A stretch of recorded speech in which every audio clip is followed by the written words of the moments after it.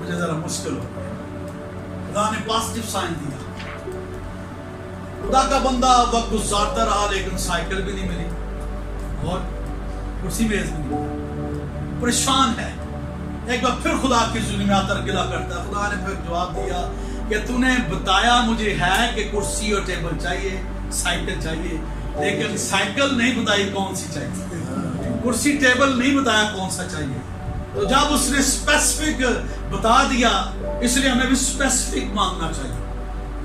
فال بولے میں سے نہیں مانگنا چاہیے، خدا نے یہ آپ کلیئر بتائیں۔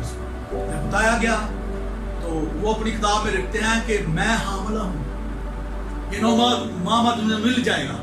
اور نامہ مہینہ اس کی خدمت میں جب دعا کے بعد خدا نے بتایا تو ایک فون کال آئی اور ایک جوڑے نے اسے بلایا کہ ہمارے گھر میں آئے دعا کرے۔ جب ہو گیا انہوں نے کھانا شانا کھلایا اور پھر دعا شروع ہوگی۔ دعا کے بعد جب انہوں نے شکر گزاری کا ہدیہ دیا، خدا کا بندہ اٹھا ہے اور جانے لگا، تو اس شخص نے کہا کہ بردر 2 منٹ ٹھہرے، جس کام کے لیے ہم نے آپ کو بلایا وہ تھا ہم نے بھی کیا نہیں۔ انہوں نے کہا ہماری ٹرانسفر ہو گئی ہے دوسری اسٹریٹ میں، تو یہ سائیکل ابھی نہیں ہے اور یہ ہم آپ کو دینا چاہتے ہیں، خدا نے کہا، اور یہ ٹیبل اور کرسی بھی نہیں ہے اور یہ ہم وہاں پر لے جا نہیں سکتے۔ خدا نے کہا یونگے چو کی ہے۔ تو خدا ایسے کرتا ہے، خدا قدرت والا ہے۔ وجہ کیا ہے کہ یونگے چو 100% خدا کا تھا، اس کا فوکس خدا پر تھا، اس کی زندگی میں اول درجہ خدا پاتا تھا۔ اس لیے خدا کہتا ہے سن اسرائیل، خدا ہمارا خدا، تو میرے حضور غیر محبوبوں کو نہ ماننا، ان کی پوجا نہ کرنا، کیونکہ جو غیر ہے وہ غیر ہے، آپ کو اس نے اپنا بنایا ہے۔ آپ اپنے تھے لیکن جب بہک گئے غیر کے منصوبہ کے مطابق تو عدن سے نکلنا پڑا۔ انبیاء آئے، کلام ہوتا رہا، بکروں چھتروں کی قربانیاں گزرانی جاتی رہی، لیکن کوئی کلوری کے شہزادے نے برائے خدا نے آپ کے لیے فدیہ دے کر صلیبی لہو بہا کر آپ کے رشتے کو بحال کیا، اور اب آپ سمپل آدم نہیں رہے بلکہ آپ فرزند خدا بن جاتے ہیں۔ اور وہ ڈیمانڈ کرتا ہے کہ ہم فقط اسی کو سجدہ کریں، اسی کی پرستش کریں۔ آئیں دعا کریں۔ اب تک ہمارا چینل سبسکرائب نہیں کیا تو ابھی سبسکرائب کریں اور بیل آئیکن کو کلک کر کے ہماری لیٹسٹ ویڈیوز کے بارے میں اپڈیٹ جانیں۔